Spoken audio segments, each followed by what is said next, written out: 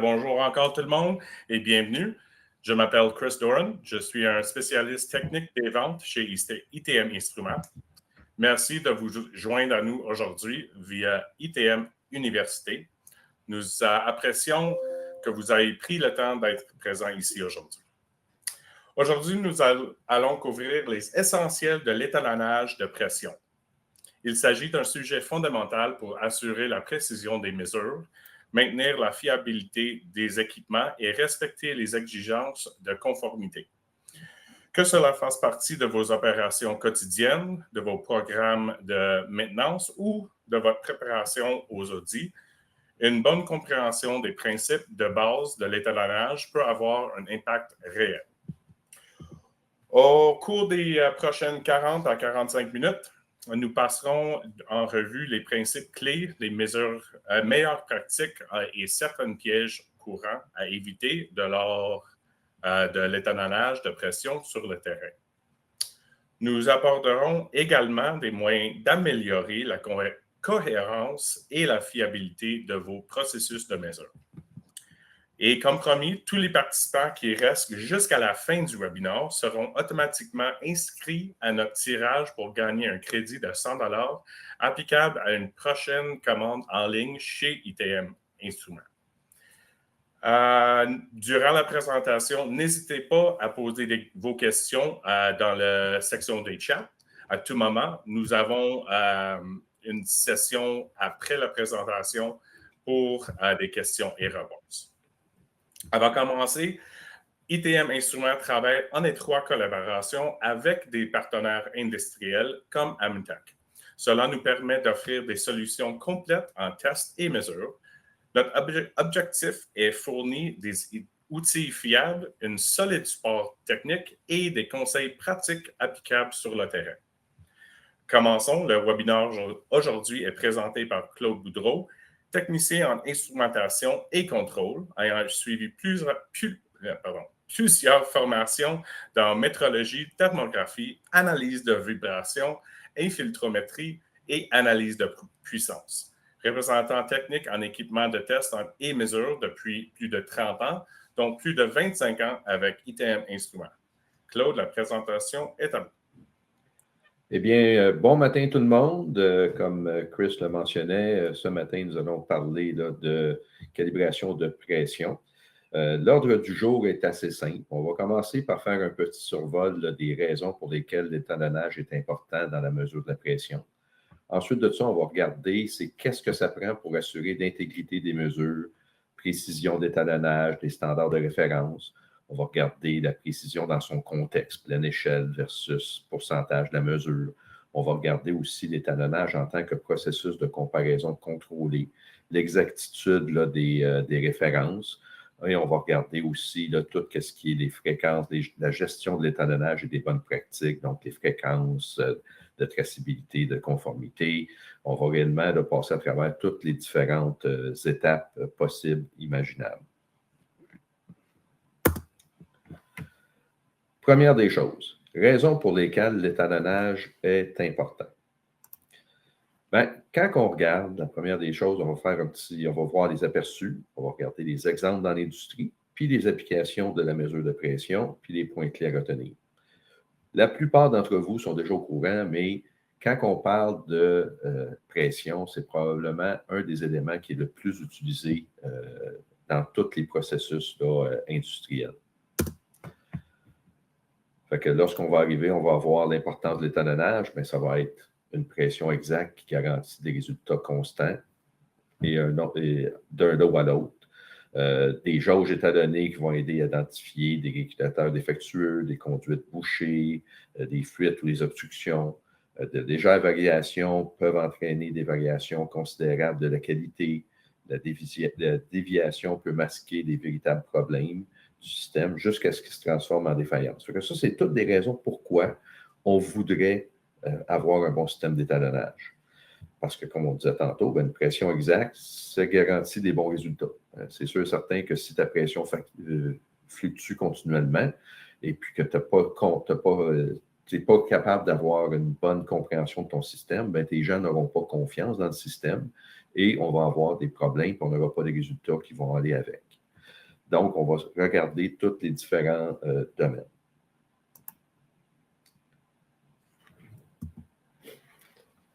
C'est quoi l'importance dans l'étalonnage? Bien, c'est sûr que dépendamment du domaine dans lequel vous travaillez, l'importance de l'étalonnage peut varier.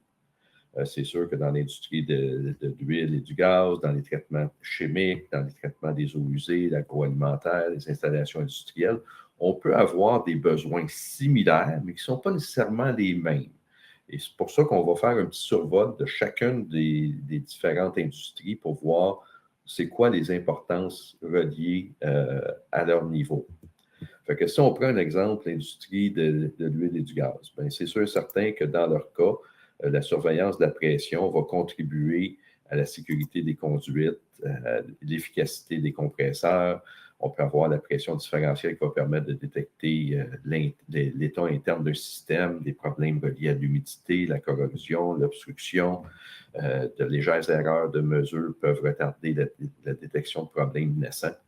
Souvent, quand on parle de ça, j'ai tout le temps des questions. Les gens me disent « Qu'est-ce que tu veux dire, Claude? On est capable de voir des problèmes reliés à l'humidité, la corrosion, les obstructions. » Bien, c'est sûr et certain que, dépendamment des variations qu'on voit, lorsqu'on arrive avec des variations qui sont brutales, bien là, ça, généralement, c'est signe qu'on a des problèmes au niveau de l'humidification et du séchage périodique des éléments.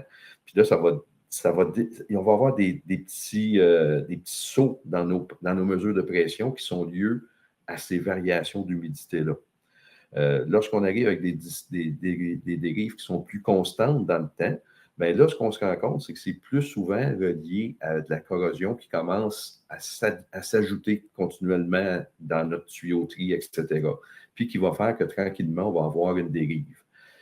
On peut avoir des augmentations de pression différentielles. C'est sûr que si j'arrive à l'entrée d'un filtre et à la sortie, puis que j'ai des augmentations au niveau de mon différentiel de pression, bien, ça peut être justement un produit dérivé du fait que j'ai des particules de corrosion qui viennent maintenant commencer à boucher mon filtre.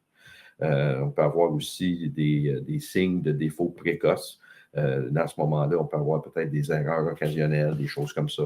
Fait que ça peut tout être relié justement à soit des problèmes d'humidité dans les conduites, ça peut être relié à un problème d'assèchement, ça peut être la corrosion qui va se former. Fait que c'est toutes des petites choses comme ça qui vont avoir une certaine importance. Puis qu'en faisant un bon suivi de nos équipements, en faisant un bon suivi de l'étalonnage de nos équipements, on va être en mesure de prévenir certaines de ces informations-là. La pression influence directement le contrôle de la réaction, de l'uniformité du produit. Des résultats inexacts peuvent entraîner des dérives de processus hors de condition, des opérations. Donc, c'est toutes des petites choses qui, au niveau de traitement chimique, vont arriver. Parce que c'est sûr que lorsqu'on fait un traitement chimique, bien, la pression va avoir un impact, que ce soit sur l'effet, on est supposé avoir une certaine réaction à une certaine température, mais si j'ai un changement de pression, là, c'est plus à la même température que je vais avoir la même réaction. Fait que si je n'ai pas un bon contrôle sur ma pression, indirectement, je peux avoir des problématiques au niveau de ma réaction chimique que je m'attendais d'avoir. Lorsqu'on s'en va dans d'autres types d'usines, comme les usines de traitement des eaux usées, bien là, eux vont avoir beaucoup de problèmes au niveau de la filtration. Donc, on va servir beaucoup des jauges de pression pour la filtration, pour les systèmes de pompage, pour le débit, etc. Donc, le fait d'avoir un bon étalonnage de nos équipements va nous permettre de nous assurer que nos mesures vont toujours être bonnes. Puis, si on a un étalonnage qui est fiable, bien là, on va favoriser l'efficacité opérationnelle. Fait que c'est toutes des choses où une mesure précise devient importante. En agroalimentaire, bien, conjointement à la température et le débit pour garantir la qualité des produits. Encore là, dépendamment de qu'est-ce que vous fabriquez dans l'alimentaire, bien, on va peut-être avoir certains débitmètres qui vont servir de la pression comme compensation. Fait que si j'ai une lecture de débit puis que ma lecture de pression n'est pas adéquate, bien, je viens d'avoir des erreurs qui vont être provoquées par ma lecture de pression qui n'était pas adéquate. Fait que c'est toutes des petites choses comme ça qu'il faut réellement essayer de contrôler et de comprendre. Puis, ben, généralement, dans l'industrie, ben là, on va surveiller la pression qui va nous permettre de détecter rapidement des écarts par rapport au fonctionnement normal. On va voir des légères variations dans la pression qui vont indiquer souvent l'apparition de problèmes mécaniques ou de débit, une détection rapide, améliorer l'efficacité qui va réduire la consommation d'énergie. Fait que c'est toutes des choses où il faut qu'on fasse attention. Mais c'est beau d'être au courant de ces phénomènes-là. Comment maintenant qu'on est capable de s'assurer d'avoir une bonne calibration? Donc, l'importance de l'étalonnage, les points clés à retenir. Une pression exacte avec une vérification adéquate va augmenter la confiance opérationnelle. Un des exemples que moi, je me souviendrai toujours, c'est au début de ISO. Là, on a commencé à avoir des demandes pour faire la calibration de plein d'équipements. Puis, il y en a un qui m'avait expliqué dans leur cas qu'il y avait des techniciens qui se promenaient chacun avec leur appareil. Puis, il y avait le technicien de jour, le technicien de soir. Puis, ils faisaient des ajustements sur la même machine, la même journée. Un l'ajustait le matin, basé sur son appareil de lecture, qui n'avait jamais été certifié. L'autre passait plus tard en journée, lorsqu'il commençait son chiffre, allait vérifier l'équipement, vérifiait, puis là, il réajustait. Fait qu'à chaque fois, il y avait un réajustement. Dans leur cas, ce qu'ils faisaient, c'était d'ajuster la vitesse de production. Fait qu'ils se combattaient continuellement. Puis la raison était simple, c'est que les deux utilisaient deux appareils, mais leurs appareils n'avaient pas été certifiés ni l'un ni l'autre, et il y avait une erreur entre les deux appareils. Fait que ça, c'est pour ça que c'est important d'avoir un bon système de vérification de votre étalonnage pour s'assurer que lorsqu'on va faire une action, ben, on va avoir une action qui va rester avec le temps. Puis ça va augmenter la confiance des opérateurs. Parce que c'est sûr que si un opérateur, il te voit le matin puis le soir changer continuellement des ajustements, bien là, ils vont commencer à se poser des questions. Ils vont dire, ils savent-tu ce qu'ils font là? Puis ça va nous donner des processus qui vont être beaucoup plus stables. On va être capable d'avoir une détection précoce des problèmes. Puis on va avoir une réduction du risque de la défaillance. Fait que c'est toutes des choses qui font que c'est important d'avoir une bonne étalonnage. Comment qu'on peut assurer l'intégrité des mesures, la précision? Bien, la précision dans son contexte. Là, on a vu tantôt que dans toutes les industries, majoritairement toutes les industries, on a des besoins de pression. Que ce soit aussi bien pour avoir la pression d'un produit, la pression d'un équipement, on a toujours des mesures de pression à faire. Cependant, beaucoup d'entre vous ne comprennent pas les petits détails lorsqu'on parle de la précision. On va voir des fiches techniques. Deux appareils, 0,5 % de précision. Ah, les deux sont identiques. Mais il faut regarder les petits détails par la suite. Puis c'est là qu'on va arriver avec, est-ce que c'est une précision de la pleine échelle? Est-ce que c'est une précision de la mesure? Qu'est-ce que c'est? On va regarder par la suite l'étalonnage en tant que processus. Donc, on va commencer par comprendre comment on interprète la précision. Deuxièmement, on va regarder comment on peut avoir un bon système d'étalonnage par comparaison contrôlée. On va regarder l'exactitude des références, puis comment l'implantation de l'étalonnage sur le site. Puis, on va faire une petite récapitulation. Fait que lorsqu'on parle de la précision basée sur la pleine échelle, ça, c'est souvent ce qu'on va voir sur les jauges de pression dans l'industrie. Le système de jauge de pression, dû à sa physique, qui est un diaphragme qui se déplace, bien, souvent, on va avoir une précision qu'on appelle de la pleine échelle. C'est-à-dire que si j'ai une jauge de 5000 PSI et que j'ai une précision de plus ou moins 0,5 % de la pleine échelle, ceci veut dire que j'ai une erreur maximale de plus ou moins 25 PSI. Mais ce 25 PSI-là demeure tout le long de ma gamme. Ça veut dire que si je suis à 5000 PSI, je vais avoir mon erreur de 25 PSI qui représente 0,5 %. Mais lorsque je suis rendu à 500 PSI, mon 25 PSI devient maintenant 5 % d'erreur. Puis si je descends à 100 PSI, bien là, c'est encore pire, parce que là, j'ai 100 PSI plus ou moins 25, donc je n'ai plus de précision pantoute, là. Je suis rendu avec un 25 d'erreur. Fait que c'est pour ça que c'est important de savoir qu'est-ce qu'on a comme appareil, puis c'est quoi réellement sa précision. Parce que si sa précision est réellement basée sur la précision de la pleine échelle, on se rend compte que ce n'est pas la même chose du tout que si ma précision est basée sur ma lecture instantanée. Fait que si je me retrouve avec une précision de la pleine échelle, bien, je peux avoir des limitations lorsque je m'en vais à très basse pression. C'est pourquoi c'est important de bien choisir vos jauges selon la gamme dans laquelle vous travaillez, mais la gamme où le contrôle est le plus important. Et dans certains cas, vous n'aurez peut-être pas le choix d'avoir plus qu'une jauge de pression parce qu'on peut se retrouver dans une situation où est-ce qu'on va avoir des lectures plus basses, des lectures basses qui sont importantes pour nous d'avoir. Fait qu'il faut faire très attention avec les précisions de la pleine échelle. Si on compare avec les précisions de la mesure, bien, lorsqu'on arrive avec un appareil qui nous donne une précision, encore là, de 0,05 ou de la précision de la valeur mesurée, bien, cette précision-là va s'ajuster tout le long de notre échelle. Fait que si on est à 5000 PSI, ma précision va être de 2,5 PSI comme tantôt, mais rendu à 500 PSI, ça va être de 0,25 PSI, et rendu à 100 de 0,05.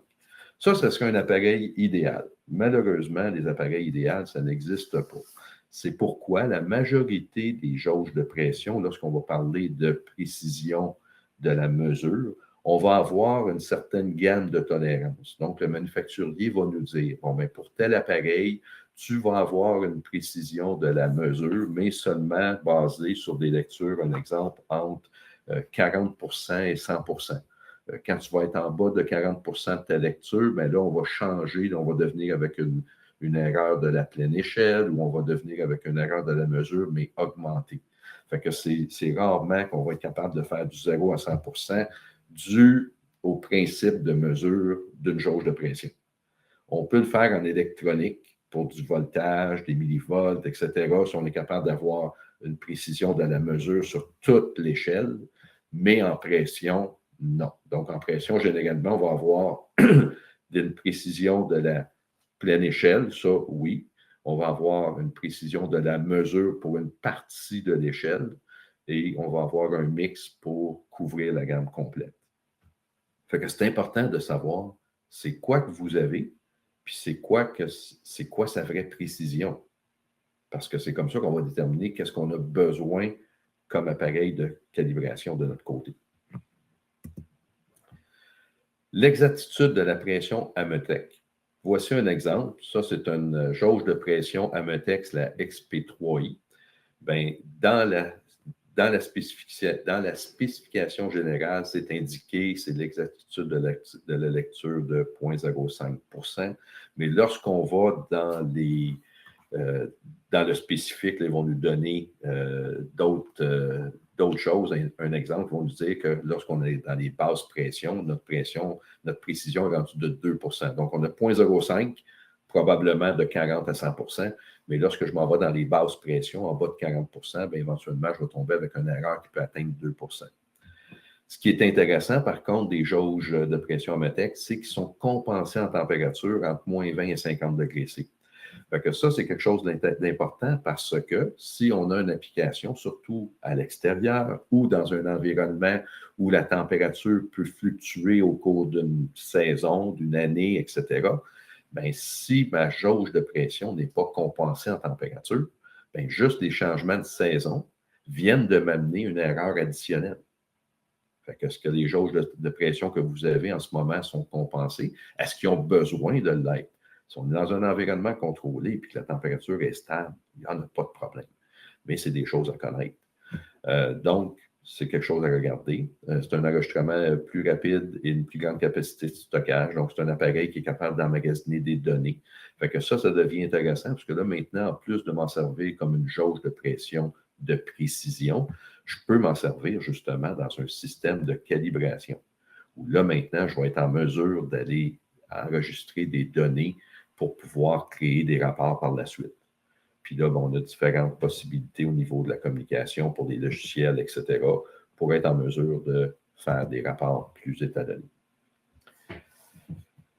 Pour faire un étalonnage, ben, ce qu'on veut, c'est que quand on parle d'un étalonnage de comparaison contrôlé, l'étalonnage de comparaison, ça peut être fait directement sur le procédé. Donc, j'aurai une jauge de pression, je m'en viens avec un appareil portatif ou une deuxième jauge, j'ai un T, je me mets les deux en parallèle, puis je pourrais faire une comparaison au niveau du procédé lui-même pour voir est-ce que la jauge que j'ai actuellement donne la même chose. C'est correct comme procédure pour suivre une tendance, etc., mais pour faire un étalonnage, c'est peut-être pas l'idéal. Nous, ce qu'on aime, c'est avoir ce qu'on appelle une comparaison contrôlée. Donc, on veut contrôler le plus d'éléments possibles d'erreurs pour s'assurer que nos mesures sont toujours adéquates. Fait que là, à ce moment-là, ben, on va faire une comparaison directe avec une référence. Donc, on va avoir une jauge qui, elle, va me servir de référence, puis elle va juste servir de référence. Ce ne sera pas une jauge que, j'en ai une de défectueuse, je vais mettre celle-là en attendant. Ce n'est pas sa job. Tu peux la garder à part, tu veux la faire certifier séparément pour qu'elle puisse te servir d'un pareil de mesure. On va s'en servir pour évaluer les performances de l'instrument plutôt que de les modifier. On va contrôler l'application de la pression pour réduire l'incertitude. Donc là, ce qu'on veut maintenant, on veut aussi être en mesure de générer de la pression. Parce que si je me fie à mon procédé n'est jamais hyper stable. Puis juste le fait que je regarde une jauge, puis je me revire, puis la pression aurait pu avoir une légère variation, bien, je peux avoir déjà là une erreur de mesure, simplement le temps que j'ai regardé mes deux jauges. Si je contrôle la pression, bien là, à ce moment-là, le risque que ça arrive est beaucoup plus faible parce que c'est moi qui ai contrôlé, donc tout est stable, je n'ai plus de problème. Pour le contrôler, bien, il y a différents systèmes. On peut y aller avec des pompes manuelles, on peut y aller avec des bons vieux deadweight, on peut aller aussi avec les nouveaux systèmes à vis, où là, au lieu d'être un deadweight, c'est une pression où on va jouer sur la dimension de la chambre. Puis, dépendamment aussi, est-ce que j'ai besoin d'avoir quelque chose qui va à très haute pression? Là, je vais aller dans l'hydraulique. Ou est-ce que j'ai besoin de quelque chose à l'inverse qui va aller dans le sous-vide, donc dans le vacuum? Donc là, à ce moment-là, j'ai besoin d'une pompe qui, au lieu de pousser, va aller sortir la pression. Fait que ça, c'est toutes des choses à regarder. Généralement, on va avoir besoin de plus qu'une pompe si vous faites du vacuum puis si vous faites du 10 000 livres. Il y en a un qui va être en pression pneumatique, puis l'autre va être en pression hydraulique. Donc, il faut qu'on regarde c'est quoi les besoins. Sur le site, qu'est-ce que ça nous prend? Ça va nous prendre un calibreur de pression intégré, on va avoir besoin d'outils de mesure de référence, puis on va avoir besoin de nos pompes, nos outils de génération. Lorsqu'on arrive avec des calibrateurs intégrés, là, à ce moment-là, on a des appareils qui peuvent simultanément mesurer la pression qui a été injectée par une pompe et aussi le signal de sortie d'un transmetteur, par exemple. Ou ça peut servir aussi si vous avez des pressure switch, où là, tu veux savoir à quelle valeur ta switch embarquée ou débarquée. Bien, avec un système intégré qui va mesurer la pression injectée simultanément de la sortie de ton transmetteur ou de tes contacts, on est en mesure de pouvoir bien quantifier ce qui va se produire.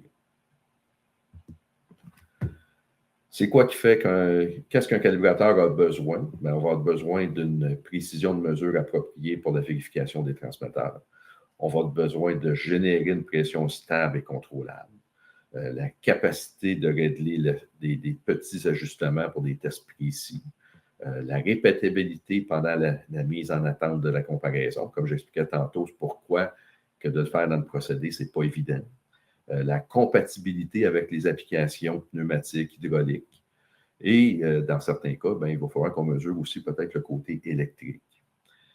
Ceux qui ont à faire des mesures de pression différentielle très basses ou des pressions vacuum très basses, il faut faire attention parce que dans votre cas, la fluctuation peut venir simplement d'une variation de température. Si j'essaie de calibrer quelque chose dans les pouces d'eau, juste le fait de mettre ma main sur le tuyau, je vais chauffer l'air dans le tuyau, puis je vais changer sa pression. Fait que c'est des petites choses là, qu'il faut réellement être conscient de ça. Fait que dans le cas de Ametek, ils ont un calibrateur de pression qui est le modèle HPC, qui est un modèle justement qui est capable de combiner des mesures électriques et des mesures de pression. Donc, on est capable de générer et de mesurer des pressions combinées. Ça va réduire le temps de configuration. Puis si on a plusieurs points de fuite à faire, on va pouvoir optimiser le processus d'étalonnage répétitif. C'est un appareil qui est portable sur le site, qui est autosuffisant, puis qui va me permettre d'avoir des résultats qui vont être reproductibles d'un technicien à l'autre. Donc, idéalement, avec un appareil comme celui-là, ben, tout le monde travaille avec le même appareil, on est correct. Ou si vous avez plus qu'un appareil, bien là, vous assurez que les deux ont des tolérances similaires, qui ont des précisions similaires. Les applications typiques, bien, on va avoir la vérification sur place des transmetteurs de pression, la mise en service de nouveaux équipements, des emplacements éloignés ou difficiles d'accès, des applications sur place de haute pression, dépannage et diagnostic, cycle d'étalonnage et de routine, etc., etc. Il y a d'autres applications, des fois, cependant, où, malheureusement, notre système fluctue continuellement et c'est ça qu'on voudrait pouvoir valider. On veut savoir comment notre cycle de pression va se produire, qu'est-ce qui se produit. Fait qu'un système de calibration traditionnel n'est peut-être pas l'idéal dans un cas comme celui-là. C'est pourquoi il existe d'autres appareils qui sont des instruments de mesure de référence, mais qui servent en même temps d'acquisiteurs de données. Donc, on peut avoir des appareils qui, en plus de mesurer la pression, peuvent mesurer aussi la température ou, dans certains cas, milliampères ou des millivolts ou des voltages. Fait qu'on peut avoir un appareil qui va me permettre de faire des mesures de l'acquisition de données. Donc, je pourrais avoir un débitmètre qui fonctionne avec une base basée sur la température et sur la pression. Donc, simultanément, je pourrais enregistrer, faire un cycle et voir ce qui s'est produit. Fait que ça, c'est ce qu'on va être capable de faire avec un appareil comme le Envision. Donc, le Envision d'Ametek, c'est un appareil où je peux changer les modules d'entrée. Puis là, je pourrais avoir simultanément soit deux pressions, soit pression courant, soit pression température. Donc, je suis capable de sélectionner ce que j'ai besoin. Par la suite, je vais pouvoir faire des enregistrements et je vais pouvoir les suivre. Fait que quand on regarde les outils disponibles, bien, il y en a de toutes les sortes. Comme on disait tantôt, ça peut être simplement un manomètre que je vais mettre sur un bon vieux deadweight ou sur une pompe qui va me donner mes références, qui va me permettre de pouvoir m'ajuster. Ça peut être un appareil qui va enregistrer les données, qui va faire de l'acquisition de données. Donc, là, je pourrais aller chercher soit un HPC, soit un Envision. Donc, il faut réellement bien comprendre c'est quoi qu'on veut faire. C'est quoi qu'on a besoin de vérifier. C'est quoi les équipements que j'ai à valider. C'est comme ça qu'on va pouvoir trouver le bon appareil. Pour assurer l'intégrité des mesures, ben, c'est quoi qu'il faut retenir? Ben, l'étalonnage, c'est une matière de mesure c'est essentiel pour la mesure de pression. Une des choses qu'on voit de plus en plus, on va avoir des gens qui vont regarder une jauge de pression, qui vont regarder une jauge d'un autre type, puis là, ils vont regarder le coût de la calibration. On va dire, ah, c'est tellement dispendieux. Au lieu de refaire certifier mon appareil, je vais en acheter un nouveau à tous les ans. Bien, c'est peut-être pas l'idéal. Parce que si tu as un appareil, un exemple, qui est précis à plus ou moins 1%, puis que tu travailles à 100 PSI, ça veut dire que deux appareils, tu peux en avoir un qui va mesurer 99, un mesure 101. Fait que le fait de changer cet appareil-là, ben, tu changes toujours ta précision. Fait que tu es peut-être mieux d'investir dans un bon système de calibration pour t'assurer de garder une intégrité dans le temps et de voir comment ça fluctue. Fait que là, on va pouvoir garantir justement avec un bon système d'étalonnage l'intégrité des mesures, précision, des étalonnages de référence, la précision en fonction du contexte. Donc, est-ce que j'ai besoin d'un appareil pleine échelle ou est-ce que la valeur, j'ai besoin d'aller chercher un appareil avec une précision de la mesure. L'étalonnage en tant que processus de comparaison contrôlé. Donc, on m'a expliqué tantôt, peut-être que certains processus, au lieu d'amener le transmetteur dans mon laboratoire puis de tout contrôler, peut-être que dans certains cas, ça ne se fait pas, mais ça, c'est sûr que c'est l'idéal. Puis, je peux avoir aussi précision de référence et mise en œuvre de l'étalonnage sur le terrain. Puis là, je pourrais combiner des technologies selon les besoins. Fait que c'est toujours d'essayer de comprendre c'est quoi l'ensemble de mon parc, dans votre cas, de vos jauges, et qu'est-ce qui est nécessaire. En passant, restez à la séquence questions-réponses, puis vous avez des chances là, de gagner. Donc, toutes les personnes qui participent au webinaire aujourd'hui vont avoir un certificat de participation numérique. Vous allez être également inscrit pour notre concours, qui est un 100 $ de réduction sur votre prochaine commande en ligne chez ITM. Puis, le nom de gagnant va être annoncé par courriel à tous les gens là, en compagnie de votre certificat.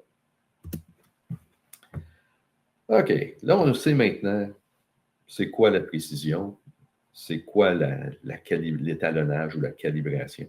Là, maintenant, on va essayer de regarder qu'est-ce que ça nous prend pour avoir un bon système. Première des choses, il faut établir notre intervalle d'étalonnage. Qu'est-ce qui détermine la fréquence de l'étalonnage? Les bonnes pratiques en termes d'étalonnage, la traçabilité, la fiabilité des mesures, les risques associés au fait de ne pas effectuer un étalonnage, le réétalonnage et le maintien du contrôle, puis les points, on va faire un petit récapitulatif des points clés à retenir. L'intervalle d'étalonnage habituel. Donc, souvent, la question qu'on a, c'est « Ouais, ça, il faut que je calibre ça à quel intervalle? » Les manufacturiers vont vous donner une ordre d'idée. Puis là, ils vont vous dire, la durée habituelle est de 6 à 12 mois. Donc, à tous les ans, à tous les 6 mois, il faudrait que tu fasses un étalonnage. Mais en réalité, la seule personne qui peut établir le lien réel au niveau du cycle d'étalonnage, l'intervalle, c'est vous. Dépendamment de ce que vous avez. Si un exemple, un procédé, que tu peux avoir des très larges fluctuations, puis c'est acceptable. Un exemple, tu pourrais avoir quelque chose qui a 5 % de fluctuation, puis toi, ton produit, il va être parfait, puis que ta jauge de pression est précise à 1,5 %. Bon, on s'entend que même si tu fais ton étalonnage à tous les 3-4 ans, peut-être que tu vas être correct dans ton cas. À l'inverse, si tu joues très proche de ta limite, bien là, c'est peut-être plus critique. Tu vas voir aussi, est-ce que ton procédé, il crée des problèmes? Bien là, à ce moment-là, ça peut être un trouble. Ce que je veux dire, c'est est-ce que tu as beaucoup de fluctuations de température? Est-ce que tu as des grosses fluctuations de pression? Parce que ta jauge de pression, tu as un mouvement mécanique à l'intérieur jusqu'à un certain point. Tu as un diaphragme. Mais c'est sûr que si tu y donnes des coups continuellement, bien, ce que tu vas faire, c'est que tu vas repousser ton diaphragme, puis ça va devenir très difficile d'avoir une bonne précision dans quelques semaines peut-être. Fait que c'est pour ça qu'il n'y a pas de réponse universelle. Vous devez déterminer c'est quoi l'intervalle. Puis théoriquement, mais même pas théoriquement, en pratique, quand tu réévalues un appareil, quand tu retournes pour faire une calibration, si ton unité est hors norme, ça veut dire que ton intervalle est trop large. Aussi simple que ça. Normalement, quand tu as une bonne calibration et un bon intervalle, à chaque fois que tu reviens sur un appareil, il devrait toujours être correct. Quand il n'est pas correct, ça veut dire que ton intervalle est trop grand et il faut que tu le rapetisses. Donc, qu'est-ce qui détermine la fréquence d'étalonnage? Bien, ta gamme de pression opérationnelle, ta fréquence d'utilisation, tes conditions environnementales, puis est-ce que c'est un processus qui est critique ou non? Si tu te sers de la pression pour mesurer la pression différentielle d'une cheminée pour être sûr que tu as la draft, on s'entend que c'est peut-être pas aussi précis. Tu n'as pas besoin d'autant de précision que si tu t'en vas pour contrôler une réaction chimique qui va arriver lorsque telle et telle conditions sont contrôlées. Fait que c'est pour ça qu'il faut réellement qu'on établisse ça de la bonne façon. La traçabilité, bien ça, c'est super important. Il faut que tu sois en mesure de remonter jusqu'au NIST. Fait que l'idée, c'est que si tu as calibré un appareil avec une jauge, bien, il faut que tu sois capable de montrer que cette jauge-là a été calibrée par compagnie X ou par appareil X. Puis là, tu remontes comme ça jusqu'à temps que tu remontes jusqu'aux standards internationaux qui est le NIST. On peut avoir l'exactitude versus l'incertitude des mesures. La décision d'étalonnage peut être défendable, la confiance dans les outils, la sécurité, les enquêtes. Donc, c'est toutes des choses qui font que c'est important d'avoir une bonne traçabilité et d'avoir de la fiabilité dans nos mesures. Les meilleures pratiques. Généralement, ce qu'on veut, c'est d'avoir un ratio plus élevé. Donc, si je me sers d'un appareil pour en certifier un autre, idéalement, ce que je voudrais, c'est d'avoir un turn down de 4 pour 1. Donc, je voudrais que mon appareil soit 4 fois plus précis. Ça, c'était bien facile dans les années 60-70, mais aujourd'hui, c'est rendu très complexe. Fait que la différence entre l'idéal et puis aujourd'hui, bien là, ce qu'on va faire aujourd'hui, c'est plutôt qu'on va essayer de contrôler, de gérer le risque. Fait que idéalement, si tu as quelque chose de 4 pour 1, c'est merveilleux. Mais si tu n'es pas capable d'avoir du 4 pour 1, bien là, ce qu'on va faire, c'est qu'on va gérer le risque pour rester quand même à l'intérieur d'une tolérance qui va être acceptable pour nous. On veut vérifier notre système à plusieurs points. On ne veut pas juste avoir une lecture, on veut savoir tout le long de ma gamme opérationnelle. Pas nécessairement la gamme du transmetteur. Tu peux avoir une gamme de transmetteurs de 0 à 100 PSI, mais si tu travailles juste entre 70 et 100, bien peut-être que tu es mieux de calibrer juste entre 70 et 100. Si tu descends plus bas, oui, tu as besoin. C'est pour ça que c'est bon d'avoir la gamme au complet pour voir comment ton transmetteur ou ta sonde réagit. Puis, ce qui est important, c'est d'avoir les résultats avant et après. Comment que c'était quand tu es arrivé, puis comment que l'appareil était quand tu es parti. Pour s'assurer la traçabilité et la conformité avec Cristal, bien, Cristal va avoir des certificats d'étalonnage qui sont retraçables au NIST. Ils ont des normes de référence et des conditions documentées, l'exactitude et l'incertitude clairement indiquées, puis la documentation d'étalonnage prête pour un audit. Chez ITM, bien, on a aussi notre département de calibration, où là, on est en mesure de faire la vérification et la calibration de vos équipements. Fait que ça peut être de quoi là, à prendre en ligne de compte. Ça veut dire que quand tu as acheté ton calibreur, quand tu as acheté ta jauge de référence, tu as besoin de la refaire certifier, bien là, tu peux l'envoyer chez nous et on va être en mesure de le faire. Les risques associés au fait de ne pas faire d'étalonnage. On peut avoir la dégradation du capteur au fil du temps. On peut avoir une perte graduelle de la précision des mesures. Les erreurs restent dans les plages apparemment acceptables, mais on ne sait pas. Puis les écarts passent souvent inaperçus sans vérification. C'est sûr et certain que si tu as une jauge que ça fait des années que tu as d'installer, puis tu n'as jamais fait de vérification, bien, peut-être qu'aujourd'hui, elle n'est plus dans sa tolérance normale. Puis ce qui peut arriver, c'est que là, tranquillement, tu as peut-être réajusté d'autres équipements sur ton procédé pour compenser, pensant que ta mesure de pression était bonne. Fait que c'est pour ça que c'est important. Si tu t'en vas, puis à chaque fois que tu réajustes quelque chose, la vitesse, la température, mais que tout vient du fait que tu n'avais pas vérifié ta pression comme il faut au début, bien, peut-être que tu défais tout ton processus pour compenser pour une erreur qui ne devrait pas être là.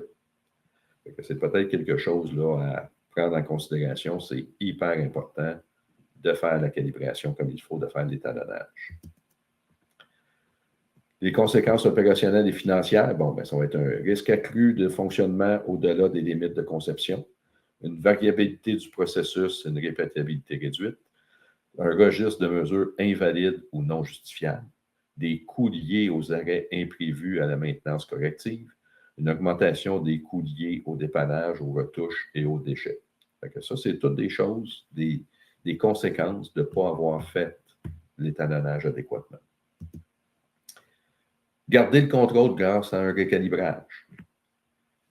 Des intervalles basés sur le risque et non sur le calendrier. Donc, comme j'expliquais tantôt, le 6 à 12 mois que le manufacturier te recommande, ça, c'est un point de départ. Toi, tu devrais penser à ton processus, penser à l'importance.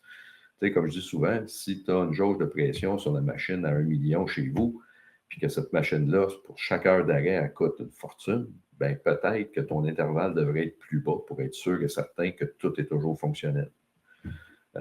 On va utiliser les données de dérive et les données telles quelles pour définir la fréquence. Donc, si tu te rends compte, tu vois ta dérive, là, tu te rends compte, oh, ouais, OK, là, on dépasse à chaque fois qu'on fait tant de semaines d'opération, on arrive avec une erreur X, bon, mais peut-être qu'on va raccourcir pour toujours s'assurer d'être à l'intérieur de notre intervalle.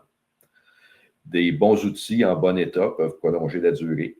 Donc, en utilisant, si on a une utilisation intensive, ben oui, ça se peut que ce que tu avais avant, tu avais peut-être un intervalle de 1 an, mais là, tu viens de doubler ta production. Ben, ça se peut que là, maintenant, ton 1 an est rendu trop grand, là, parce que là, en augmentant la production, ton appareil va servir plus souvent. On va préserver la validité des mesures et la défendabilité des outils. Ben, c'est comme n'importe quoi. Aujourd'hui, on est tous redevables à quelqu'un.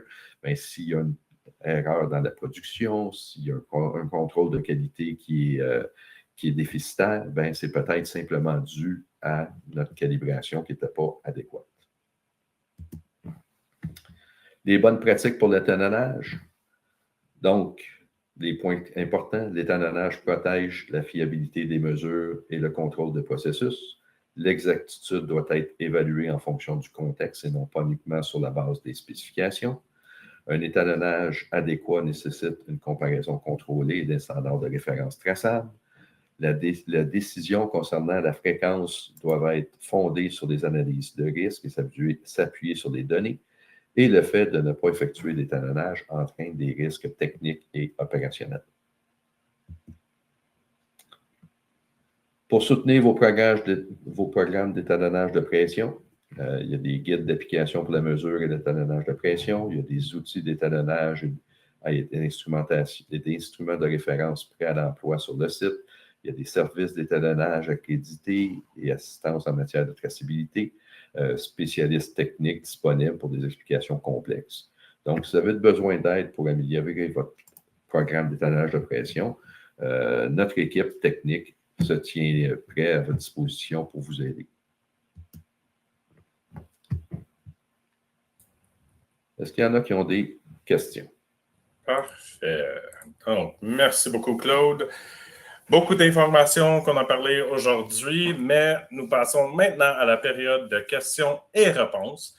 Donc, s'il vous plaît, prenez l'occasion d'avoir un expert comme Claude avec nous aujourd'hui pour répondre à toutes vos questions si vous en avez. Juste un petit note, si votre question est vraiment spécifique à votre application directe ou vous avez des prix, des questions de prix, spécifications, spécifications techniques, quelque chose comme ça, on peut vous répondre directement par courriel, téléphone, quelque chose comme ça. Et comme toujours, pour trouver les prix, spécifications techniques, des datasheets et tout ça, vous pouvez aller directement sur notre site web itm.com, /fr pour la version française, pour trouver tous les détails comme ça et trouver les 3 façons que vous pouvez nous contacter par courriel, téléphone ou par chat aussi. Donc, on va regarder ici. Merci Robert, merci Jacob. Il vous remercie pour la présentation. Okay, bonne question. Claude, est-ce qu'il y en a une différence technique entre étalonnage et calibration? Pas réellement. C'est que souvent, lorsqu'on est habitué, on parle souvent avec les Anglais qui n'arrêtent pas de parler de calibration. Calibrating, fait qu'on va utiliser le terme calibration. Mais étalonnage, c'est la même chose. Donc, dans les deux cas, ce qu'on fait, c'est qu'on va vérifier un équipement versus un étalon. Et puis, c'est comme ça qu'on va déterminer si l'appareil a une précision adéquate ou non. C'est parfait. Un petit rappel, toutes les questions, vous pouvez entrer dans la fonction chat. C'est accessible à tout le monde, donc on peut tout voir de notre part. Comme je dis déjà, si vous avez des questions vraiment spécifiques à votre application, Vous pouvez les demander, puis on va les garder. Puis Claude, moi-même ou un collègue va vous contacter directement pour vous répondre directement.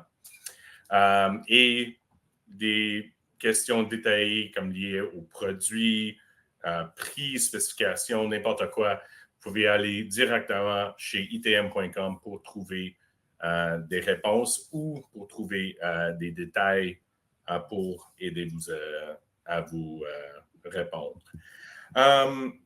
Une autre question, Claude.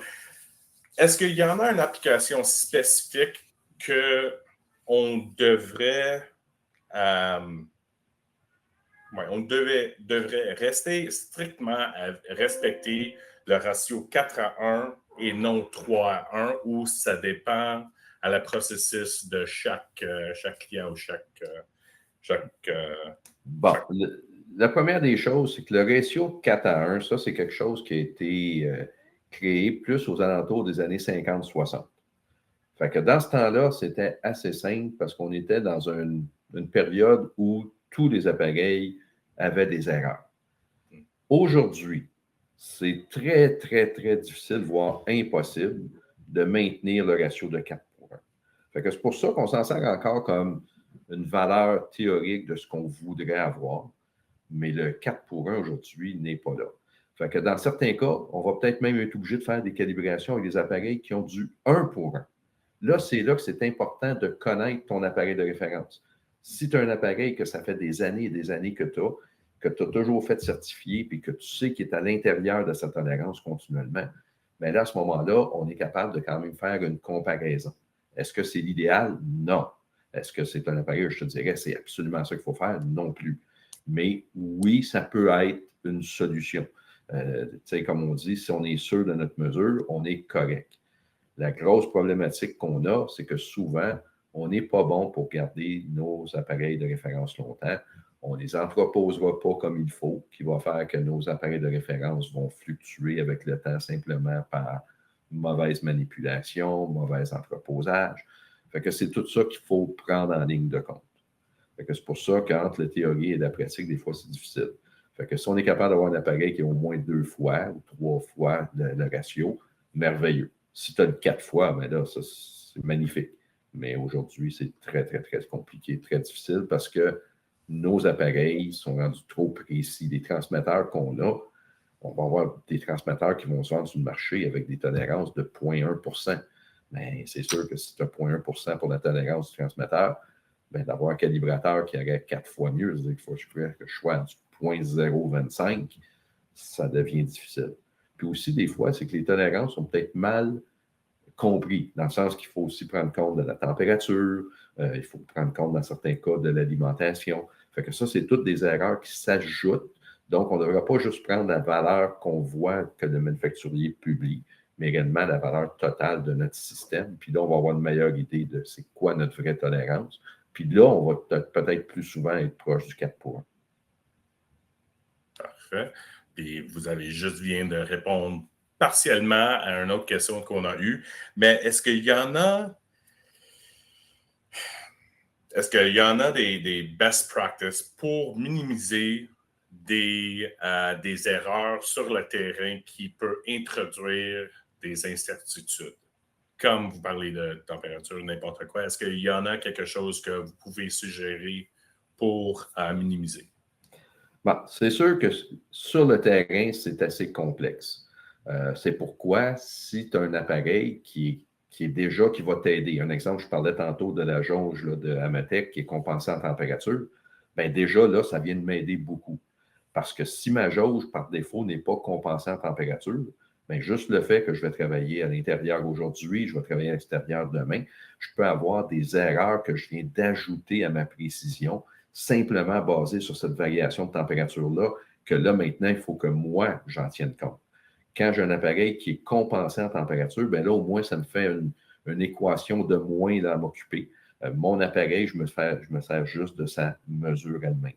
Fait que c'est là où est-ce que ça devient important de connaître tes appareils. Parfait. Donc, il nous reste à peu près 10 minutes qui restent avec nous aujourd'hui et avec l'autre. Donc, encore, si vous avez, prenez le temps de mettre tes questions dans le format chat pour que nous avons, comme j'ai dit, à peu près 10 minutes pour les répondre. On va regarder ici. Avez-vous une suggestion? Quel type d'outils on peut utiliser pour calculer le retour sur l'investissement pour des outils ou les instruments plus précis comme les AMTEC? Sûrement, mais il va falloir que je vous revienne là-dessus. Ça, c'est pas de trouble. On peut répondre directement, ça, c'est aucun problème. Parfait. Donc, à date, ça, c'est toutes les questions qu'on a aujourd'hui. Donc, il nous reste à peu près 8 minutes. Si vous avez des questions qui viennent après la présentation, comme toujours, allez à itm.com pour trouver toutes les façons que vous pouvez nous contacter par courriel, par téléphone ou par chat. Encore, on a tous les prix, les disponibilités, des fichiers techniques, les manuels, n'importe quoi, si vous visitez itm.com. Je vais le laisser peut-être 30 secondes de plus, puis si on n'a pas des questions dans les prochaines 30 secondes, on va vous redonner vos 8 minutes avant la fin de l'heure. Donc, oui. OK. Donc, Claude, merci beaucoup pour la présentation aujourd'hui. Merci pour répondre à les questions qu'on a reçues aussi. C'est certainement apprécié. Pardon. Et voilà. M'excuse tout le monde. Donc, au nom de ITM Université, merci de nous joindre aujourd'hui. Nous espérons que cette session sur l'étalonnage de pression a vous été utile et pertinent dans votre travail spécifique. Si vous avez des questions supplémentaires, encore, visitez directement sur itm.com. Pardon, encore. Je ne sais pas pourquoi. Pardon. Visitez-nous sur itm.com directement. Vous pouvez trouver les façons de nous contacter directement, puis on peut vous répondre à toutes vos questions, besoins, n'importe quoi. Encore, oui, pour vous remercier pour votre participation aujourd'hui. Votre nom sera inscrit automatiquement au tirage pour gagner un crédit de 100 $ applicable à votre prochaine commande en ligne. Le gagnant sera annoncé sur nos réseaux sociaux et contacté directement. Donc, encore, merci à tout le monde de prendre le temps d'être avec nous aujourd'hui. Merci Claude encore, puis on vous souhaite une bonne journée. Bonne journée tout le monde. Merci.